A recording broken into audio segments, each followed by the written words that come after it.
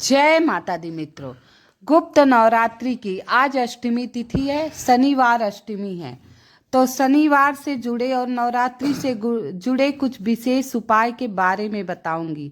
बहुत ही प्यारा सा दिन चल रहा है, माघ महीना।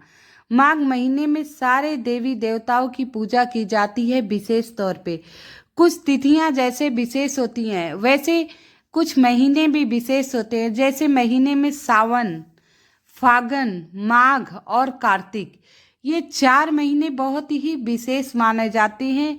दान और पूजा पाठ करने की विशेष ही है।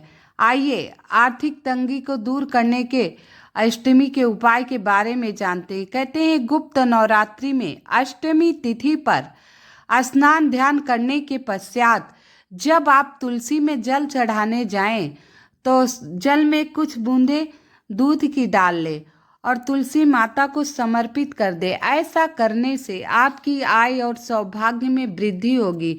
तुलसी में दूध चढ़ाने से भगवान विष्णु अत्यंत प्रसन्न होते हैं, क्योंकि माता तुलसी हरि वल्लभा है, विष्णु प्रिया है, साक्षात लक्ष्मी का अवतार है। तो आप दूध शनिवार और शुक्रवार को अवश्य तुलसी में 2-4 बूंदे डाल दीजिएगा। गुप्त नवरात्रि की अष्टमी तिथि पर घर के अपने मुख्य द्वार पर, जो आपका घर का मेन गेट होता है, सबसे मेन गेट जो होता है मुख्य द्वार पर, कुमकुम से माता रानी के चरण पादुका बनाए। चाहे लाल रंग ले लीजिए, चाहे कुमकुम ले लीजिए, माता रानी के चरण पादुका बना दीजिए। और जिससे आप अंदर की तरफ आते हुए, चरण पादुका गृह प्रवेश अंदर की तरफ आते हुए, ऐसा करने से माँ का आगमन होता है। इस उपाय को करने से आपके घर में सदा सुख, समृद्धि एवं शांति का आगमन होगा। आज क्योंकि शनिवार है और शनिवार अष्टमी है, और शनिवार के दिन काले तिल का उपाय अवश्य ही बताया जाता है। काले तिल का उपाय अवश्य बताया जाता है। तो आपको 1 लोटा जल, जो आप अपने ही रसोई घर से भरेंगे, कहते हैं रसोई घर से जो जल भरकर हम शिवलिंग पर समर्पित करते हैं तो हमारे घर के सारे दोष दूर हो जाते हैं। तो आप 1 लोटा जल अपने रसोई घर से भर लेना। उसमें 2-4 बूंदे आपको गंगा जल की डाल देना है। 2-4 बूंदे गंगा जल की डाल दीजिए और उसके बाद स्टील के ग्लास में थोड़ा सा दूध ले लीजिएगा। दूध सदा अलग लेना चाहिए, तांबे के लोटे में नहीं डालना चाहिए। दूध अलग ले लीजिए। 1 चुटकी काला तिल और गोल बत्ती का दीपक ले लीजिए। और ये सब लेकर आप शिव मंदिर आ जाइए। ये सामग्रियां लेकर आपको शिव मंदिर आना है। जो आपने पहले जल लिया है, खाली जल लिया है, वो पहले गणेश जी के स्थान पर श्री शिवाय नमस्तुभ्यम का जाप करते हुए चढ़ा दीजिए। फिर कार्तिकेय जी के स्थान पर श्री शिवाय नमस्तुभ्यम का जाप करते हुए, फिर माता अशोक सुंदरी, जो भगवान भोलेनाथ की सबसे प्रिय पुत्री हैं, वहाँ, और फिर आप माता पार्वती के हस्त कमल पर, शिवलिंग पर ही पूरा शिव परिवार होता है। मैंने पिछले कई वीडियो में डाल रखा है कि ये शिव परिवार का स्थान कहाँ कहाँ होता है। पिछली वीडियो आप खोलकर देख सकते हैं। मेरा चैनल है अपराजिता 99। तो आइए आगे बढ़ते हैं। फिर अब ये जल हम रख देंगे शिवलिंग पर, अभी समर्पित नहीं करेंगे। अब दूध में हम 1 चुटकी काला तिल डाल लेंगे। 1 चुटकी आप काला तिल डाल लीजिए और श्री शिवाय नमस्तुभ्यम का जाप करते हुए पतली धारा से धीरे धीरे दूध शिवलिंग पर सारा समर्पित कर दीजिए। समर्पित करने के बाद अपने दोनों हाथों से वो दूध सारे शिवलिंग पर अच्छी तरह से लेपन कर दीजिए, श्री शिवाय नमस्तुभ्यम का जाप करते हुए। इसके बाद जो शुद्ध जल आप रखे हैं, वो फिर पतली धार उत्तर दिशा की तरफ मुख करके धीरे धीरे जल चढ़ाते जाइए।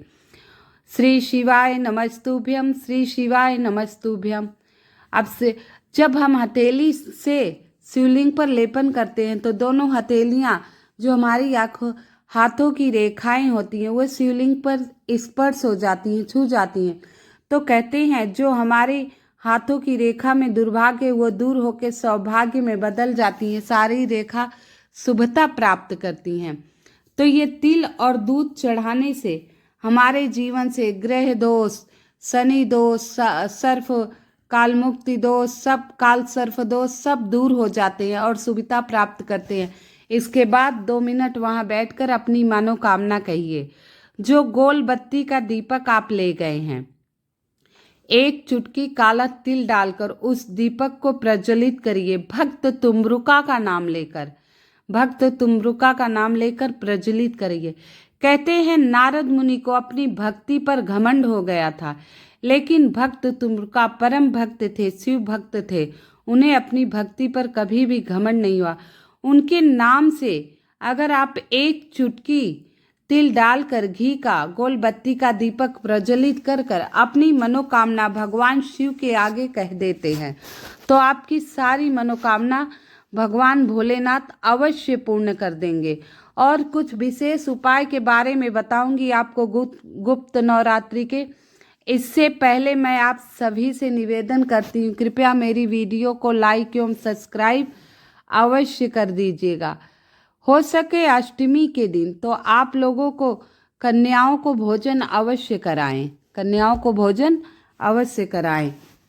और शाम के समय प्रदोष काल 6:15 के बाद आप अपने घर में आरती कीजिए। एक चांदी की प्लेट लीजिए, उसमें 2 लौंग, 2 कपूर और थोड़ी सी पीली सरसों की तो 6:15 के बाद आरती कीजिएगा, नहीं तो आपको 8 बजे के बाद आरती करने के बाद ये पूरे घर में आपको घुमाना है। ओम ऐं क्लीं क्लीं चामुंडाय विष्यै नमः। ओम ऐं क्लीं क्लीं चामुंडाय विष्यै नमः।